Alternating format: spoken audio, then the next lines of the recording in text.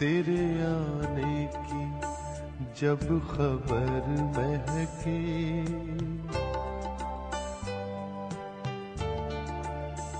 तेरे आने की जब खबर महके, तेरी खुशबू से सारा घर महके। तेरे आने की जब खबर महके, तेरी खुशबू से सारा घर महके।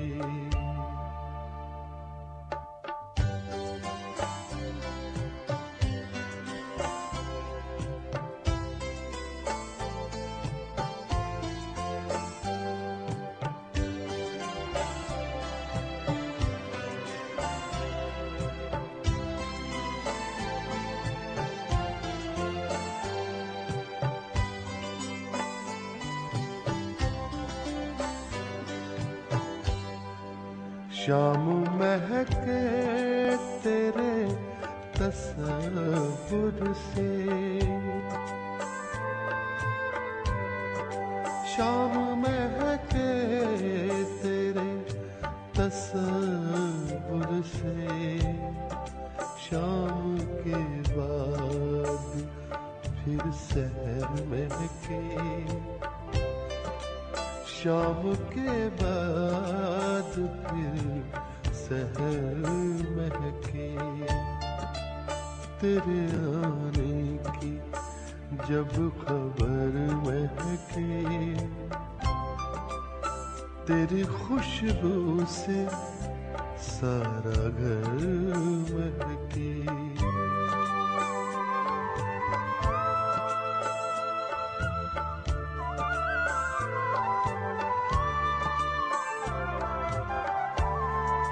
रात भर सोचता रहा तुझको,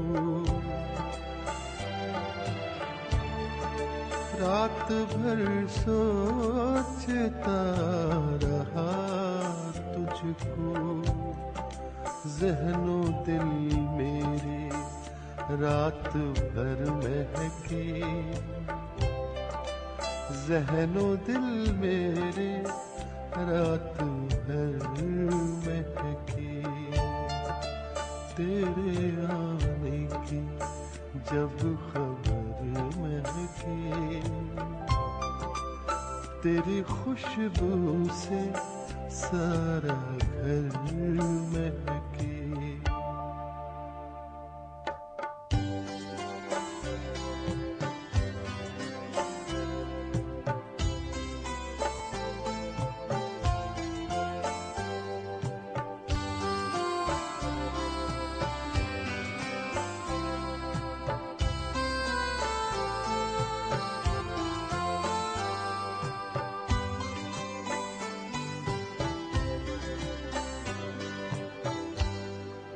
याद आए तो दिल मुनव्वर हो, याद आए तो दिल मुनव्वर हो। दीद हो जाए तो नजर महके, दीद हो जाए तो नजर महके। तेरे आने की जब खबर महके, तेरी खुशबू से सारा घर महके।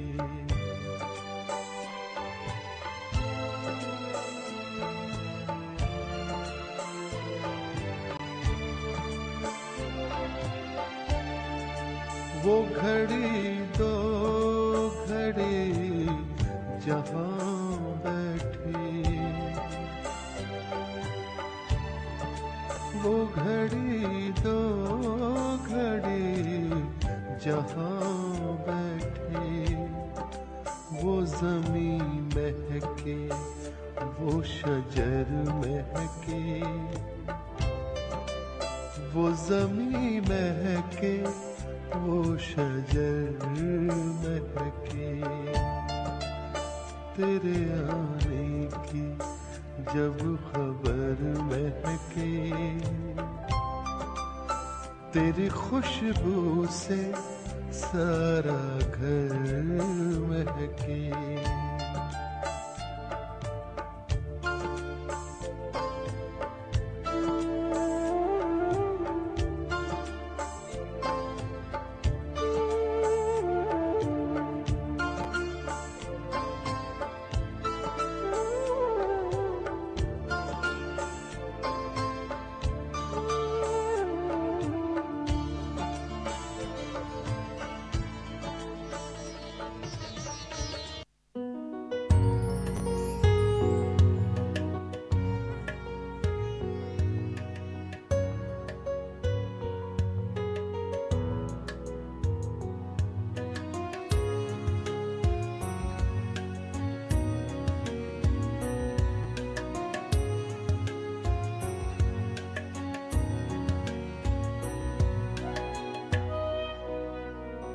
बाबा मेरी यादों को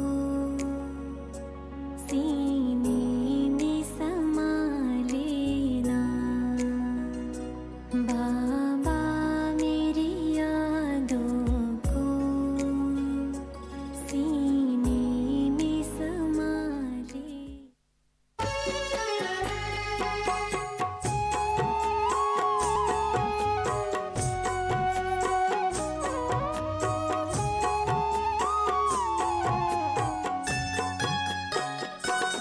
देखो देखो वो आ गए जिन्हें हम बुला रहे हैं। देखो देखो वो आ गए जिन्हें हम बुला रहे हैं। मधुबन में मन का मोहन, मधुबन में मन का मोहन, मुरली बजा रहे हैं। देखो देखो देखो देखो वो आ गए जिन्हें हम बुला रहे हैं। देखो देखो वो आ गए जिन्हें हम बुला रहे हैं।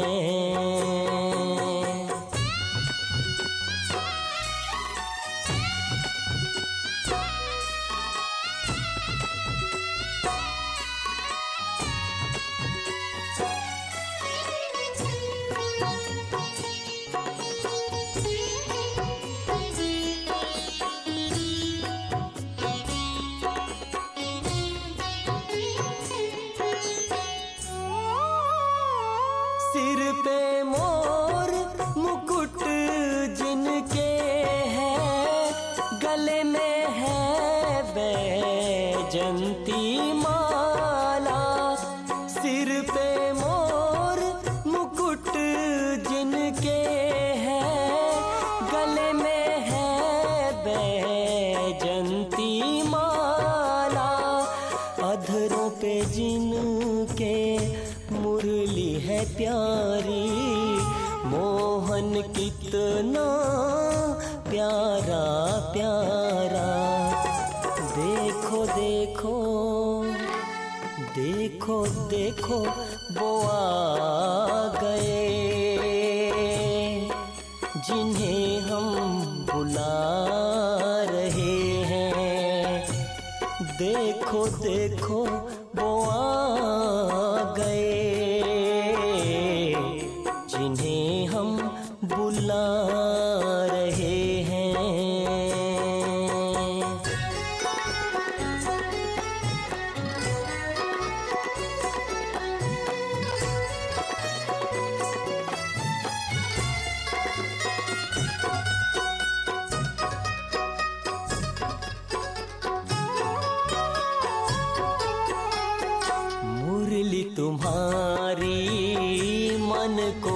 आए, मन तो मेरा उड़ता ही जाए।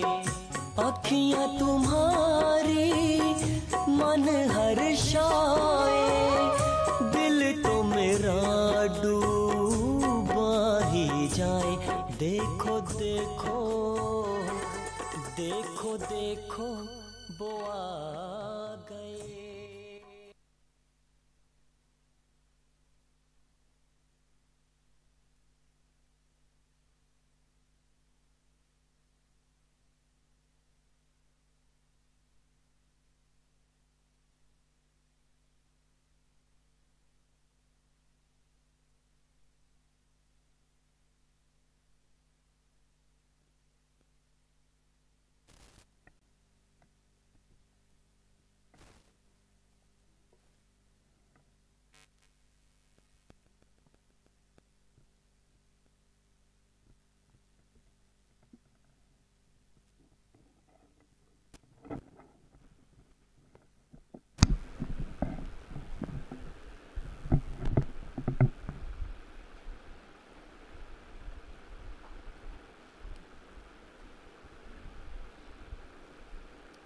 ओम शांति।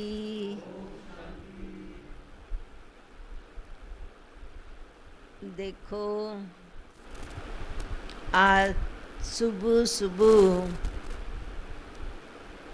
बाबा के साथ साथ आप सब होवनहार देवी देवताओं का भी हमें दर्शन हो गया है ना, और बहुत अच्छा लगा।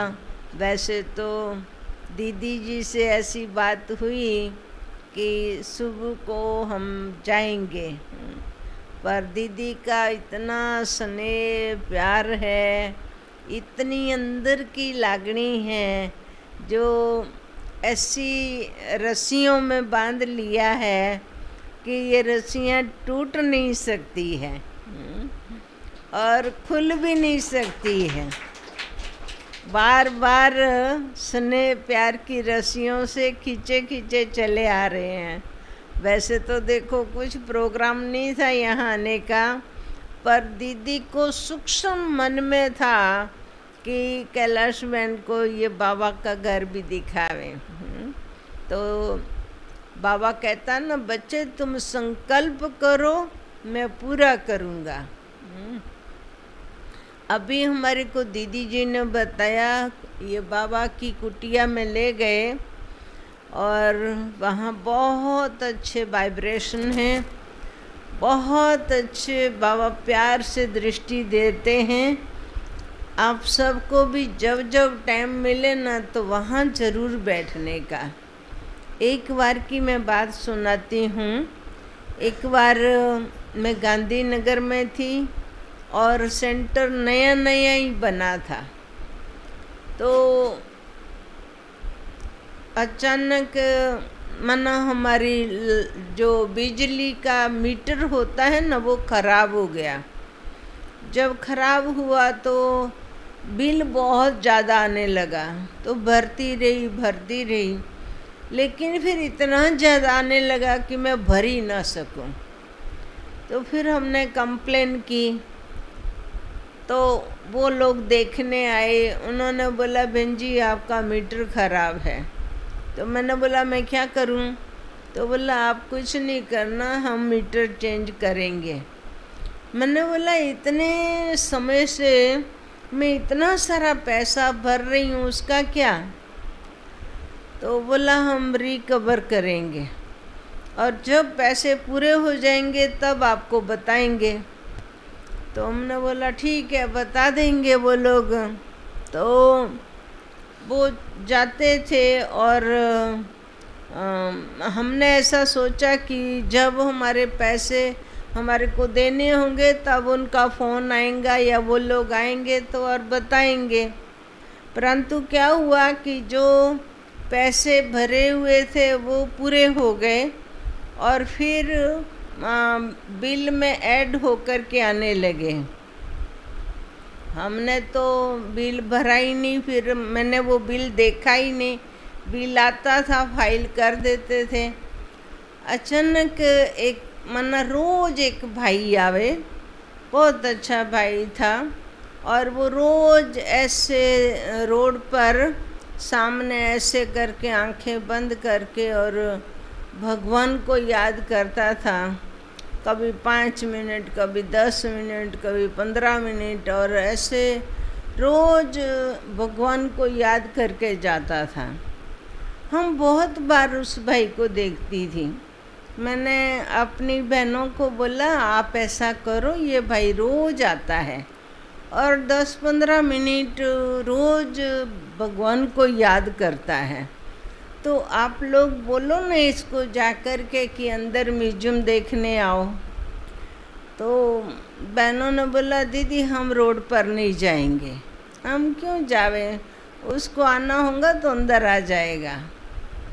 तो ठीक है, छोड़ दिया। एक बार कोई मेहमान आए थे, हम बाहर गए और देखा कि वो ऐसे याद कर रहा है भगवान को।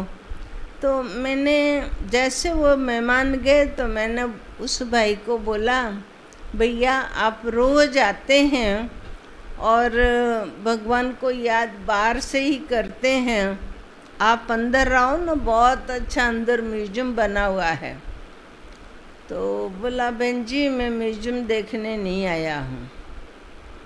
मैंने बोला कोई हर्जा नहीं, आप अंदर तो आओ।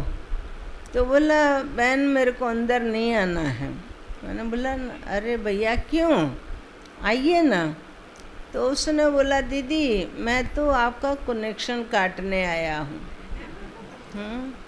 तो हमने बोला काहे का कनेक्शन, क्योंकि आपने बिजली बिल नहीं भरा है, तो अब आपका समय आ गया है ये कनेक्शन काटने का।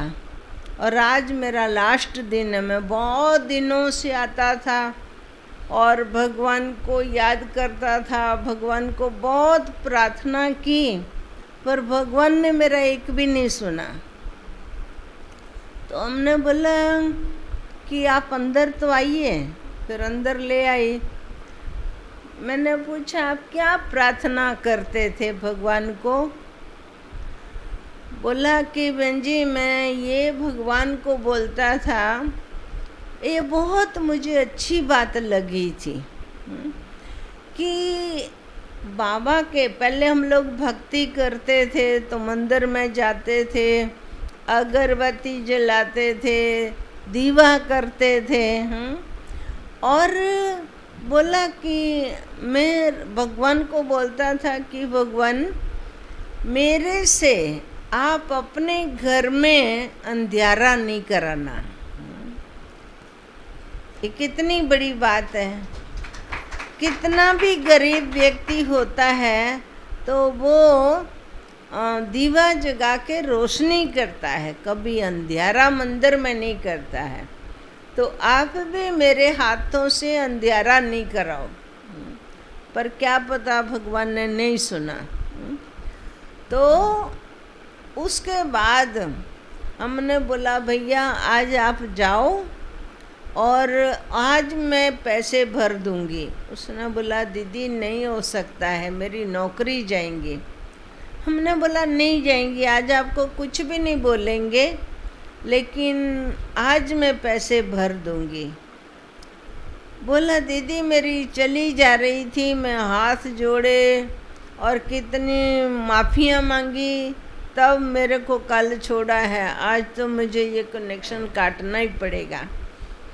मैंने बोला भैया आप जाइए, आपको कोई कुछ बोलेगा भी नहीं, बात भी नहीं करेगा, पूछेगा ही नहीं। बेचारा बहुत डरता डरता ऑफिस गया। जैसे वो सेंटर से ऑफिस गया और मैंने बाबा के रूम में गई, बाबा उठो अभी यहाँ से, आप जल्दी से वो भाई की ऑफिस में चले जाओ और सबको दृष्टि दो कि कोई भी आज ये भाई को कुछ ना बोले और उसकी नौकरी भी नहीं टूटनी चाहिए। फिर ऐसे बोल करके बाबा को बोला बाबा आप जल्दी से जाके दृष्टि दे के आओ।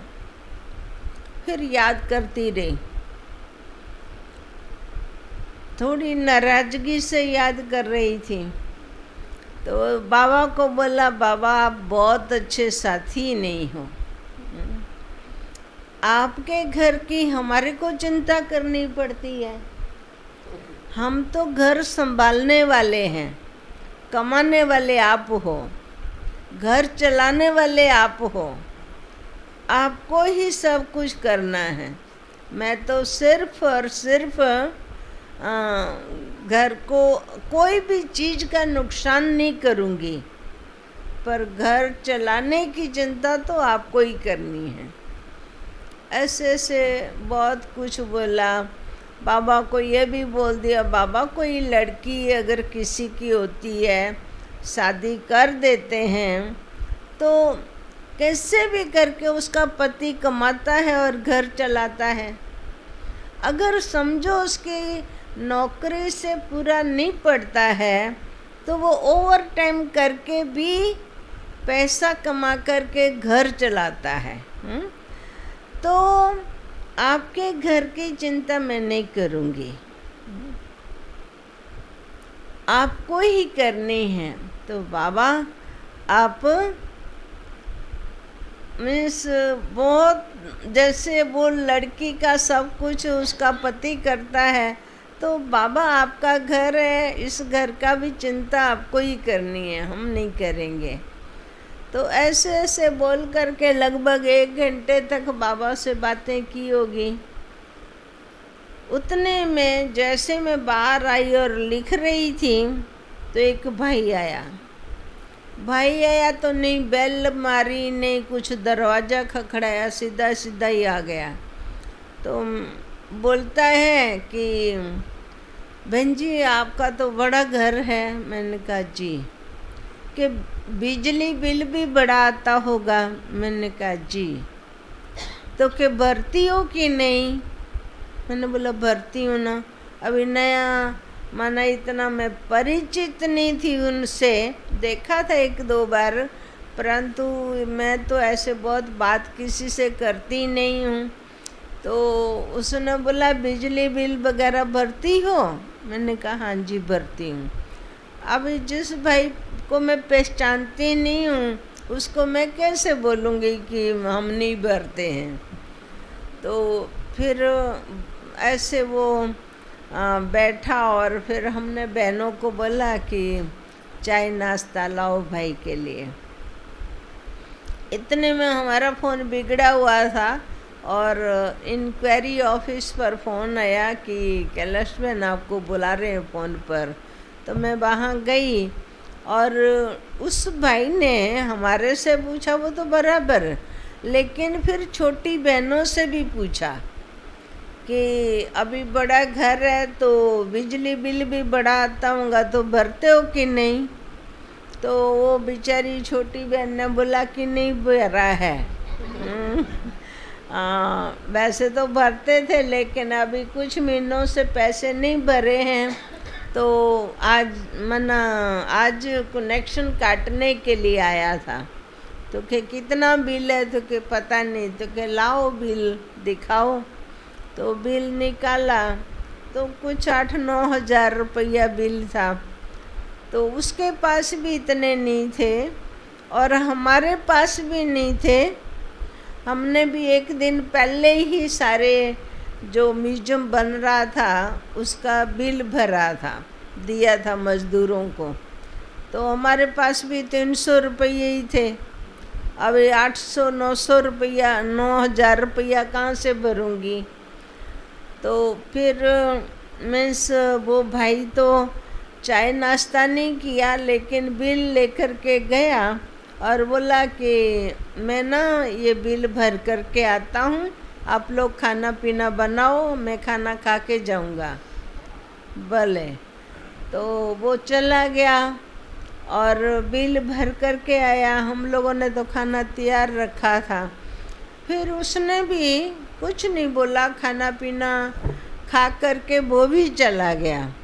हम भी खाना खा कर के सो गए।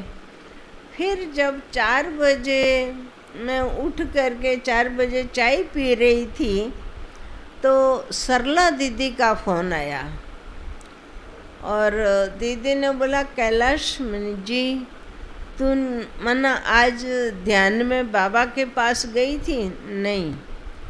तो नहीं गई हो बाबा के पास? मैंने कहा ना। कि नहीं, तू बाबा के पास सुबह से अभी तक बाबा के पास गई थी, कुछ बोला बाबा को तूने? नहीं दीदी मैं नहीं गई हूँ। तो देखो, मैं ये दीदी ने मेरे को बताया कुटिया की बात, तो मुझे याद आया।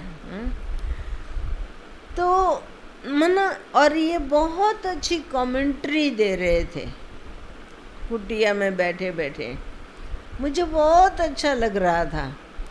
तो उस समय मेरे को बहुत अच्छा अनुभव जैसे हुआ। दीदी ने बोला कैलाश बहन आज आबू वाली मोहनी बहन यहाँ आई हुई है, दोपहर को उसने भोग लगाया और बाबा ने तेरे लिए संदेश दिया है। मैं क्या मेरे लिए? तो क्या हाँ।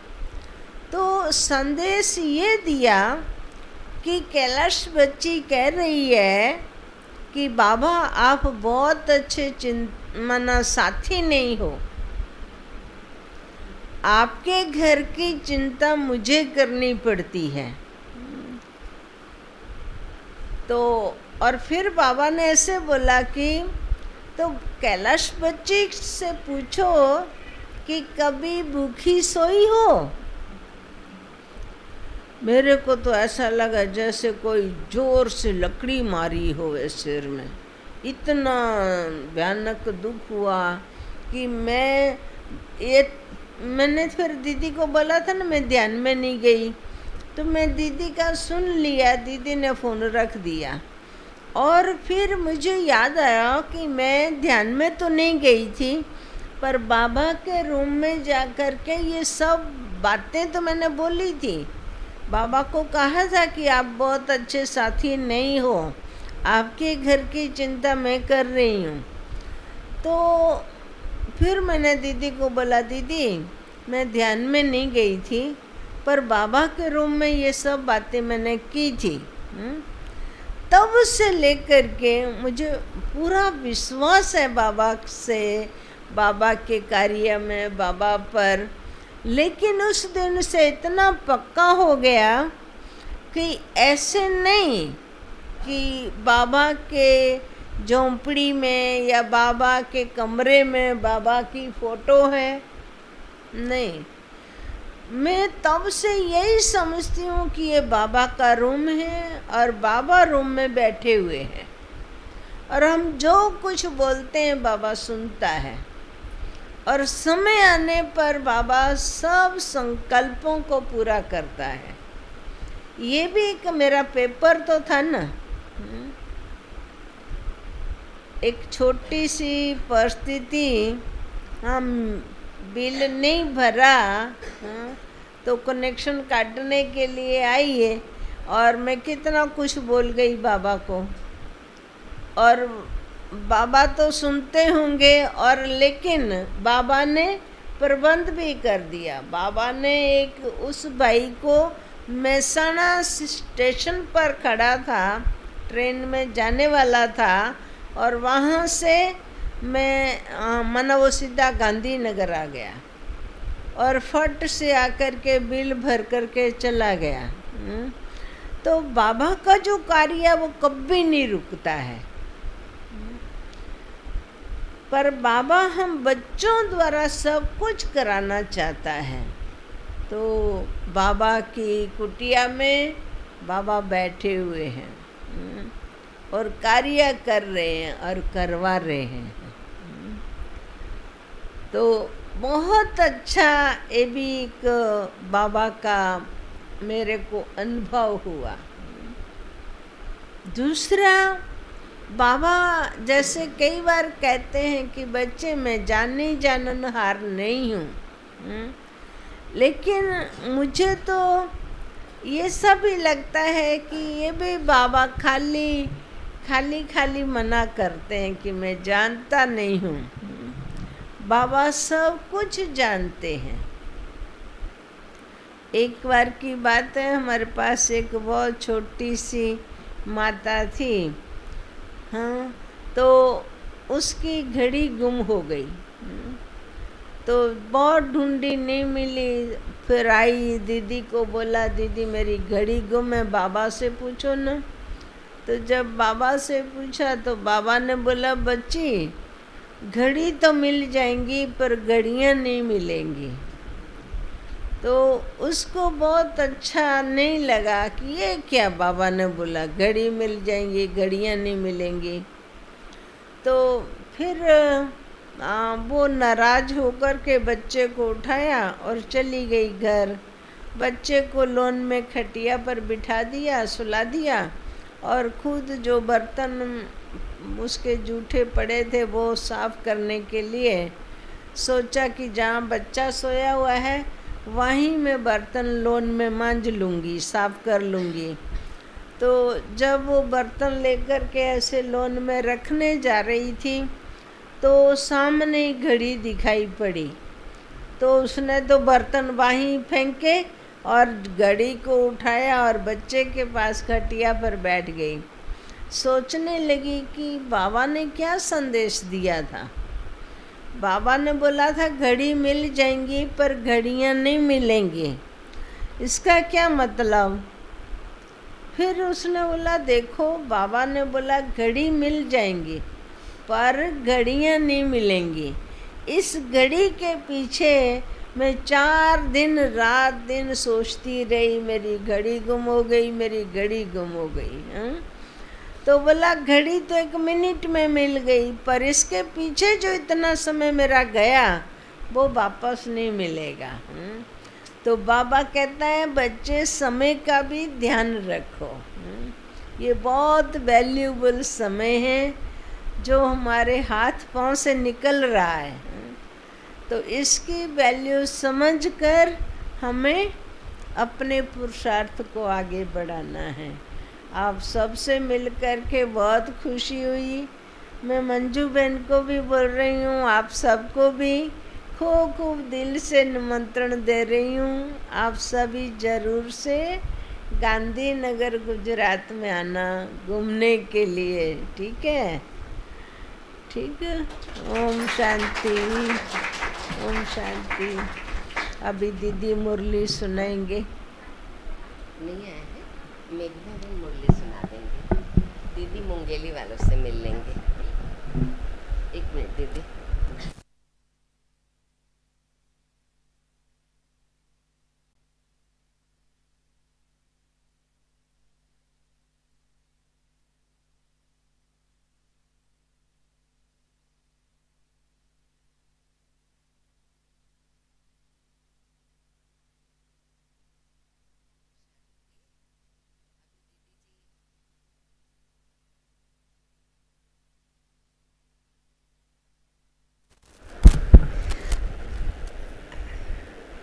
देखो दीदी से प्यार भरी दृष्टि भी आप ले रहे हो। अभी मेघा बहन से मुरली भी सुनेंगे। दृष्टि लीजिए सब। चलो जिसकी जो भावना है ना गायत्री बहन करने दो। जिनकी जो भावना है करने दो है। हाँ, गायत्री बहन भुरंगी जी से, सुनील भुरंगी जी से और मुंगेली वालों से, और ये अपने यश अपार्टमेंट से जो दीदी आई हैं वो मिल लेंगे। टोली दिलवा देना आप, है ना। अभी मेघा बहन मुरली सुनाएंगे। फास्ट आप सभी बैठे रहेंगे। गायत्री बहन सुनील भुरंगी जी से बैठक में, मुंगेली वालों से और यश अपार्टमेंट से जो दोनों आए हैं उनको मिला देंगे, टोली दिलवा देंगे। आओ मेघा बहन, आप सभी मुरली सुनेंगे।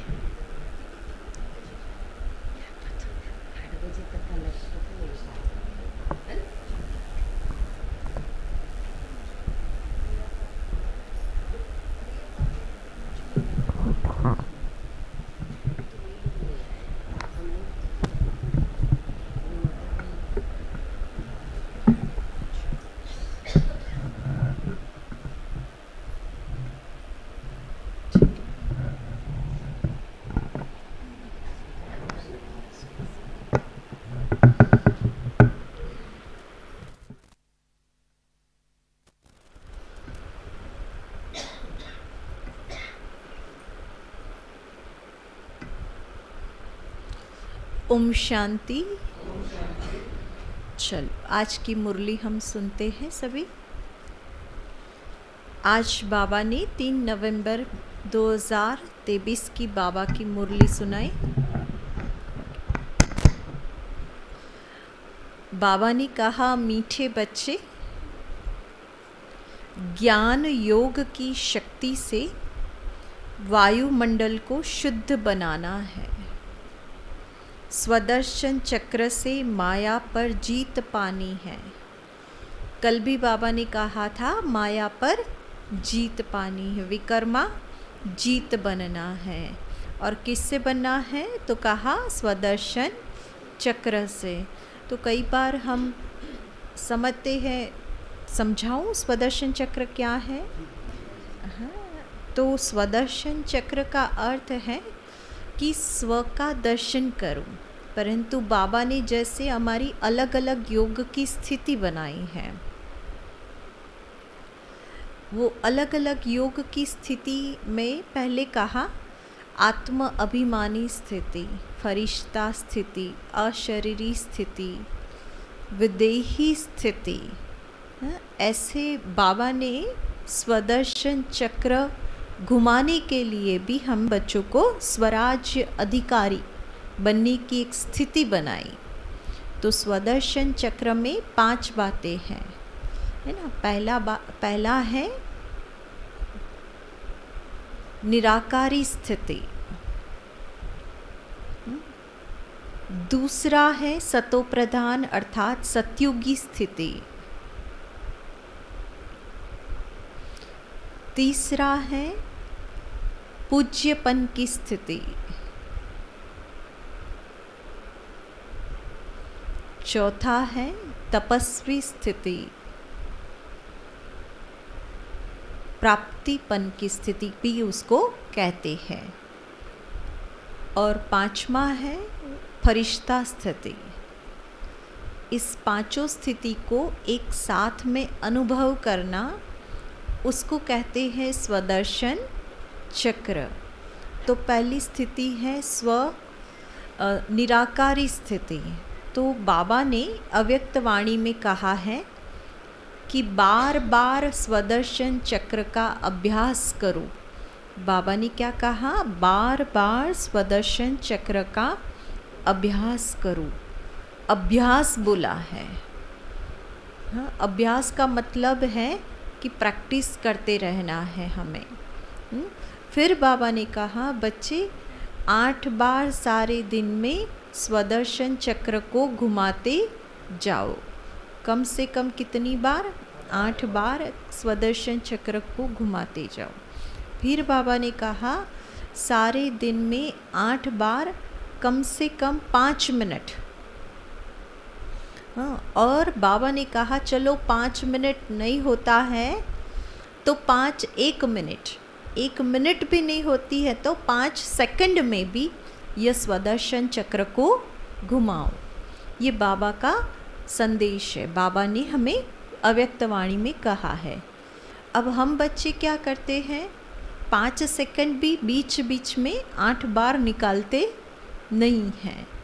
तो पहली स्थिति हम सुना देते कि पहली स्थिति क्या है। तो बाबा ने कहा निराकारी स्थिति। तो जैसे मैं बोलूँ आप अपने घर के अंदर जो भी मंदिर है उसको देखो, तो आपको दिखाई देता है ना वो मंदिर यहाँ है, तो उसके लिए आपको देरी लगी? नहीं लगी ना। जैसे मैंने बोला कि आप अपने घर के मंदिर को देखो तो आपको तुरंत दिखाई दिया ना। अच्छा मैं बोलूँ आप अपने पिता को देखो, तो पिता को देखना कितना आसान है ना। इसी तरह से निराकारी स्थिति का मतलब है 1 सेकंड में कैसे? तो 1 सेकंड में परमधाम देखो और परमधाम में शिव बाबा को चमकते हुए बिंदु की स्थिति में देखो। मैं आत्मा भी उसी बिंदु के बिल्कुल करीब शिव बाबा की तरह ही हूँ और बाबा की संपूर्ण शक्तियाँ मुझ पर बरस रही हैं। वो अनुभव का प्रैक्टिस मुझे बार बार करना है। इसको क्या कहा बाबा ने? स्वदर्शन चक्र की पहली स्थिति, निराकारी स्थिति। हाँ? फिर बाबा ने कहा सतयुगी स्थिति, है ना। चलो, सतयुगी स्थिति में आपने सबसे सुंदर कपड़े, सबसे अच्छी ड्रेस कब पहनी थी? तो सभी कहेंगे मेरी शादी में है ना, मेरी शादी में हमने बहुत अच्छा बढ़िया जोड़ा पहना था। तो इसी तरह से बाबा ने हमें सतयुगी ड्रेस दी है, तो वो सतयुगी ड्रेस अपने आप को दिखा दो कि मैंने भी ऐसी सतयुगी ड्रेस पहनी हुई है। और सिर्फ ड्रेस नहीं पहनी है, पर मेरी अंदर वो दिव्यता भी बाबा ने भर दी है, जैसे कि मैं प्रेम की देवी, सुख की देवी, शांति की देवी, करुणा की देवी। तो वो देवत्व मेरे अंदर संपूर्ण रूप से भर गया है। तो ये है हमारा दूसरा, ये मैं एक एक सेकंड का अभ्यास बता रही हूँ। फिर इसमें बहुत गहराई में जा सकते, जितना आप गहराई में जाना चाहो, एक एक घंटे पर एक एक स्थिति बना सकते हो, है ना। परंतु ये तो एक सेकंड की बात बताई, है ना। तो सतयुगी स्थिति अर्थात हमें संपूर्ण स्थिति का अनुभव करना है। तीसरा है पूज्य स्थिति। तो पहला कहा निराकार याद रखना है ना, पहला निराकार, दूसरा है देवत्व यानी कि सतयुग, सतयुगी स्थिति। तीसरी है पूज्य स्थिति यानी कि देवी या देवता। अब आप सभी को कोई एक ऐसा मंदिर होगा जो आपको बहुत पसंद है, बहुत बहुत, माना आपको बहुत अच्छा लगता है वो मंदिर में जाना, वो देवी को देखना बहुत अच्छा लगता है। माना वही देवी आपको क्यों पसंद आई? दूसरी भी देवी का श्रृंगार बहुत अच्छा होता है, दूसरे देवता का श्रृंगार अच्छा है, दूसरा मंदिर भी बहुत अच्छा है, फिर भी आपको वो मंदिर, वो देवी बहुत पसंद आई। क्यों? क्योंकि आप पहले भी वैसे ही पूज्य आत्मा थे और वही देवी के मूर्ति से आपको आकर्षण हो रही है। तो आप उसी मूर्ति में अपनी आपको बिठा दो। हाँ, जैसे कि एक मंदिर है, समझो कि हम देखते हैं, आप सभी ने देखा कि साउथ के अंदर एक पशुपतिनाथ का मंदिर है ना। बहुत सारे भक्त लाइन में आते हैं, है ना। तो वो मंदिर में विष्णु भगवान की मूर्ति पर यहाँ पर एक तिलक लगाया हुआ है ना। तो जैसे कि सूक्ष्म में जाकर मैं कहाँ बैठ गई, मैं आत्मा कहाँ बैठ गई, उस जगह पर बैठ गई। और सभी लोग किसका दर्शन कर रहे हैं? वो मंदिर की मूर्ति का दर्शन कर रहे हैं ना। तो बाबा इस मूर्ति के द्वारा मुझ आत्मा से इन आत्माओं की मनोकामना पूर्ण करने के लिए रखा है। तो ऐसे अपने आप को उस समय वही पूज्य स्वरूप का अनुभव करूं कि मैं भी इष्ट देव हूँ, मैं भी इष्ट देवी हूँ और इन आत्माओं का कल्याण करने के लिए बाबा ने मुझे निमित्त बनाया है। कहते हैं ना बाबा, बच्चे मेरी सेवा करो, सर्विस करो। तो सर्विस का मतलब क्या? ये भी एक क्या है? सर्विस का पार्ट है।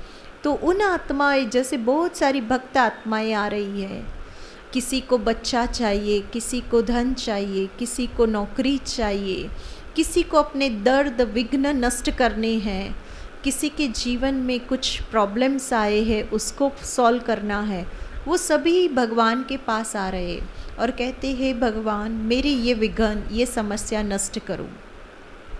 तो हम ही आत्मा ही है जो उन आत्माओं की मनोकामनाओं को पूर्ण करने वाले। तो बाबा कहते हैं वैसे ही वहाँ बैठकर बार बार ये अभ्यास करो कि जो भी आत्माएं मुझ पूज्य स्वरूप को देख रही हैं, ये मूर्ति के द्वारा उन सभी आत्माओं की मनोकामनाएं पूर्ण हो रही है, अनेक आत्माओं का कल्याण हो रहा है, शांति मिल रही, सुख मिल रही। तो ये क्या है?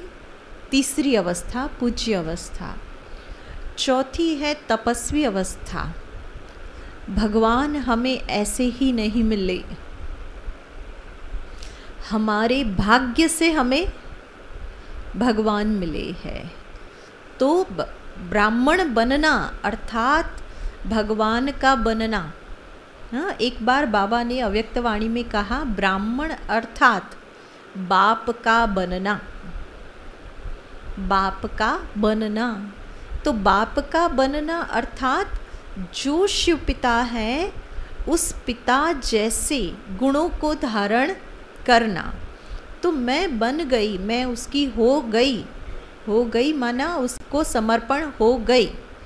तो बाबा ने कहा आप भगवान को समर्पण हो जाओ।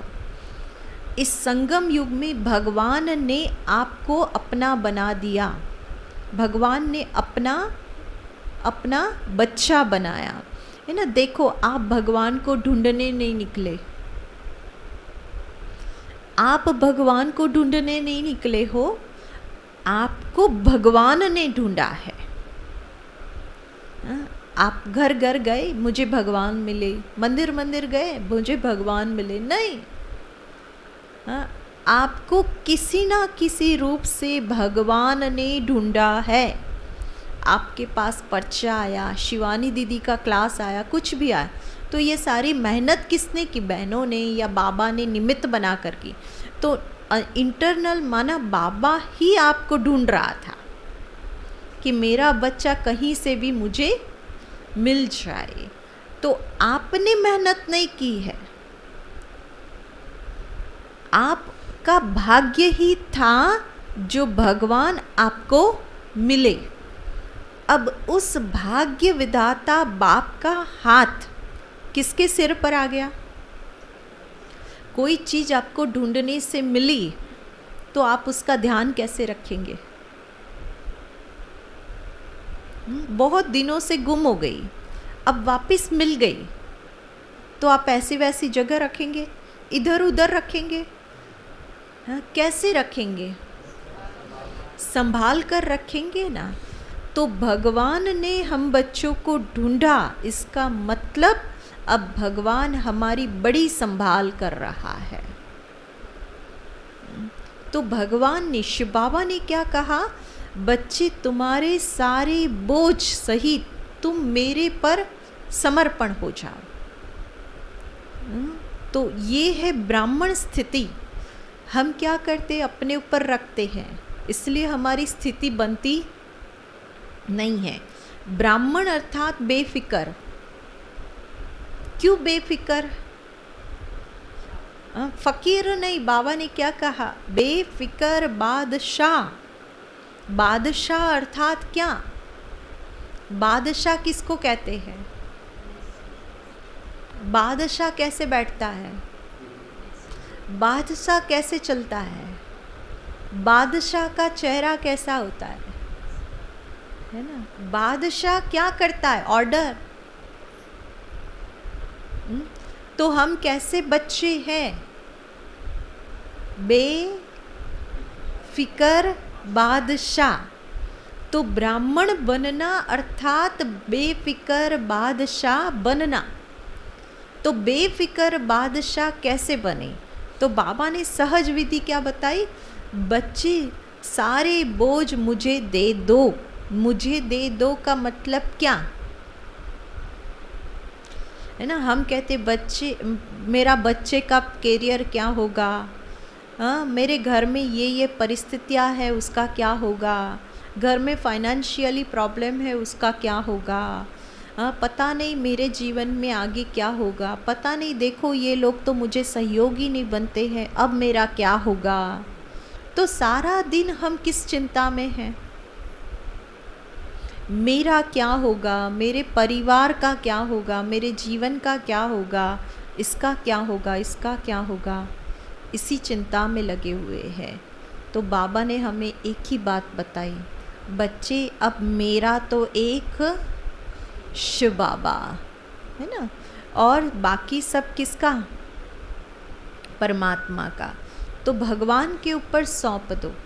जितना आप सौंपते जाएंगे ना, आप कहो बाबा ये बच्चा मेरा नहीं आपका है, इस बच्चे की संपूर्ण जिम्मेवारी आपकी है, आप उसको जैसे चलाना चाहो आप चलाओ। बाबा अब ये घर आपका है, आप उसमें धन की कमी में रख रहे हो तो भी आपकी जिम्मेवारी, आप उसमें धन ज़्यादा भी लाते हो तो भी आपको अर्पण है। बाबा आप जैसे इस घर को चलाना चाहते हो आपका है। तो आपने जो जो बोझ लग रहा है, जो आपको लग रहा है कि ये मेरा बोझ है, वो बोझ किसको दे दो? बाबा को। यहाँ तक कि आप अपने आप को भी किसके हवाले कर दो? बाबा के हवाले कर दो। तो ये स्थिति को बनाना अर्थात ब्राह्मण स्थिति। और बार बार अपने भाग्य को याद करो, है ना। हम किसके दुख को याद करते पता है? कोई हमें मिलेगा ना तो हम क्या बोलते थे अभी तक? क्या पता है? देखो सबके बच्चे अच्छी अच्छी जगह पर, अच्छी अच्छी पोस्ट पर बैठ गए, एक मेरा ही है बैठा नहीं है अभी तक। देखो सबके घर में ये चीज़ें हैं, मेरे घर में ये चीज़ें नहीं हैं। पता नहीं मेरे भाग्य में ही ऐसा है, पता नहीं ये। तो आज तक हम किसके गीत गाते थे? दुख के, है ना। अब बाबा ने हमें क्या कहा कि बच्चे तुम्हें सिलेक्ट करने वाला कौन है? भगवान। तुम्हें संभाल करने वाला कौन है? कोई चीज़ को संभाल करने वाला कौन है? भगवान। एक मुरली में बाबा ने स्पष्ट लिखा है, तुम्हारे भाग्य में ही भगवान है। हाँ? ये बाबा ने स्पष्ट लिख दिया कि तुम्हारे भाग्य में ही भगवान है। अब इस संसार में भगवान से ऊपर कोई चीज नहीं है। तो हमें क्या करना चाहिए? हमें किसके गुण गाने चाहिए? आज तक दुख के गुण गाते गाते गाते गाते गाते गाते दुखी हो गए। अब तो भगवान मिले, अब तो बनता है ना किसके गुण गाए? अपने भाग्य के। क्या गुण? मेरे भाग्य में ही भगवान है, मेरे भाग्य में ही भाग्य विधाता का हाथ है, मेरे भाग्य में 1000 हाथ वाला बाप है, मेरा साथी स्वयं भगवान है। जिसने किसी को पसंद नहीं किया, दुनिया ने जिसको ठुकराया, उसने मुझे पसंद किया, सिलेक्ट किया, यहाँ तक कि मुझे अपने दिल में बिठाया। तो इतनी ऊंची ऊंची बातें भगवान ने हमें बताई और हम किसके गुण गाते रहे? कैसे गुण गाते रहे? उल्टे। हाँ।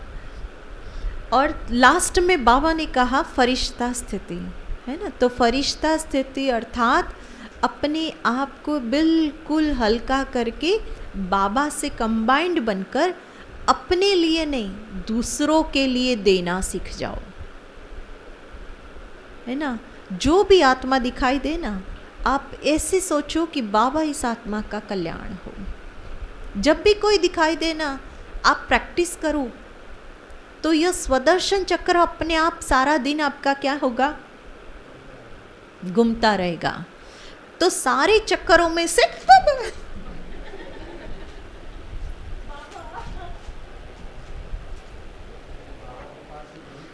हाँ, ये मेरी परीक्षा लेने आया। हाँ? तो बाबा ने कहा कि फरिश्ता स्थिति, तो फरिश्ता स्थिति का अर्थ है अब दूसरों को क्या दो? दुआएं दो। दुआ दो और दुआ लो। तो बार बार अपने आप की दुआएं देते जाओ कि बाबा इसका भला हो, इसका कल्याण हो, इसका अच्छा हो, इसको शक्ति मिले, इसको शांति मिले, इसको सुख मिले, है ना। जितना आप दुआएं देते जाएंगे ना, मेरा अनुभव है आपके पास अपने आप आता जाएगा। कभी आपको आपके जीवन में खुटेगा नहीं। कभी आपको जो सहयोगी नहीं बनते होंगे ना, वो भी आपको सहयोगी बन जाएंगे। है ना। इसलिए बाबा कहता है बच्चे हमें प्रैक्टिस कर, और योग लगाना नहीं पड़ेगा। योग की मेहनत करते हैं ना हम, वो योग की मेहनत नहीं करनी पड़ेगी, योग अपने आप लग जाएगा। Thank you. ओम शांति। तो आज से प्रैक्टिस क्या करना, कभी भी अपने दुख के गीत नहीं गाना। किसके गीत गाना? अपने भाग्य के। और कभी भी किसी को बद्दुआ नहीं देना। आज से क्या देना? जो भी मिले, है ना। अब आपको मैं एक पुण्य की परिभाषा सुना देती हूँ। आप सभी को जल्दी जल्दी जमा का खाता बढ़ाना है ना, तो एक अच्छा पुरुषार्थ करो। पुण्य अर्थात बिना कोई स्वार्थ के किसी भी आत्मा को जरूरत के समय पर, चाहे तन से, मन से, धन से, किसी भी प्रकार से उस आत्मा की मदद करना, अर्थात उसके दिल से निकली दुआ पुण्य के खाते में जमा होती है। तो आज से क्या करना? हर एक आत्मा के अंतर मन दुखी है, तो उसको किसकी ज़रूरत है? शांति की ज़रूरत है, शक्ति की ज़रूरत है, सहारे की ज़रूरत है। तो बाबा ने कहा बच्चे उस आत्मा को क्या देना? दुआएं देना। ठीक है। तो सारा दिन हमको क्या करना है? बिना कोई स्वार्थ, मुझे स्वार्थ है ये माता से, इस भाई से, इस भाई से, कुछ नहीं, बिना कोई स्वार्थ किसी भी आत्मा को। आप सब्जी लेने गए, वो सब्जी वाले को भी दुआ देकर आओ, भगवान तेरा भंडारा भरपूर रखे। हाँ, कोई गरीब है, हम पैसे नहीं दे सकते, कोई बात नहीं, बाबा आज उसका पेट भर जाना चाहिए, उसको उसका पेट भर जाना चाहिए, संतुष्ट रहना चाहिए वो आत्मा। मना कुछ भी उसको दुआ दो, और आपके खाते में से थोड़ी जाने वाला है ना। और आप जितना दिया उनसे कहीं गुना मल्टीप्लाई होकर आपके खाते में तो जमा हो गया, है ना। इसलिए पुण्य इतनी बड़ी प्रॉपर्टी है कि आपके साथ कोई नहीं होगा ना, फिर भी आपके साथ आपके पुण्य ही आपको मदद करेंगे। ठीक है। ओम शांति। वरदान सुना दूं? स्वउन्नति का यथार्थ चश्मा पहन एग्जाम्पल बनने वाले अलबेलेपन से मुक्त भव। हदों को सर्ववंश सहित समाप्त कर दो तो बेहद की बादशाही का नशा रहेगा। हाँ, बस बेहद की बादशाही का नशा रखो। और बाबा ने कहा अलबेलेपन को समाप्त कर दो। अच्छा, ओम शांति। 1 मिनट बाबा को याद।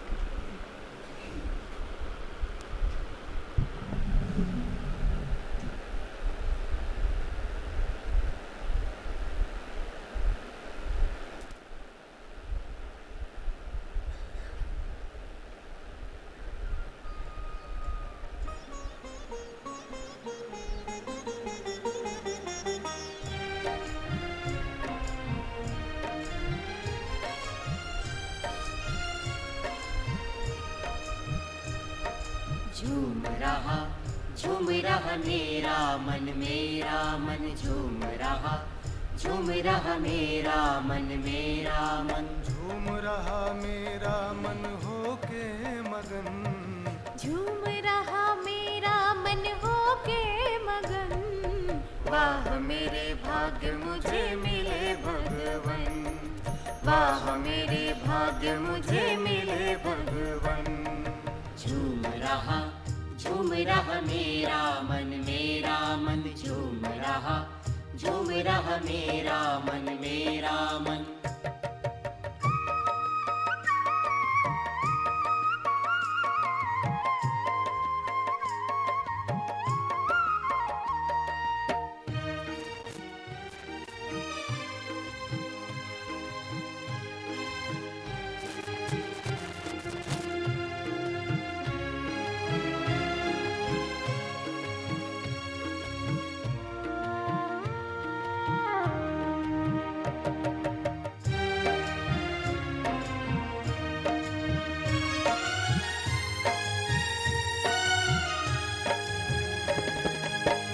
खुलते ही नैन बाबा मिलते हो सामने, कह के मेरे बच्चे जगाया जो आपने।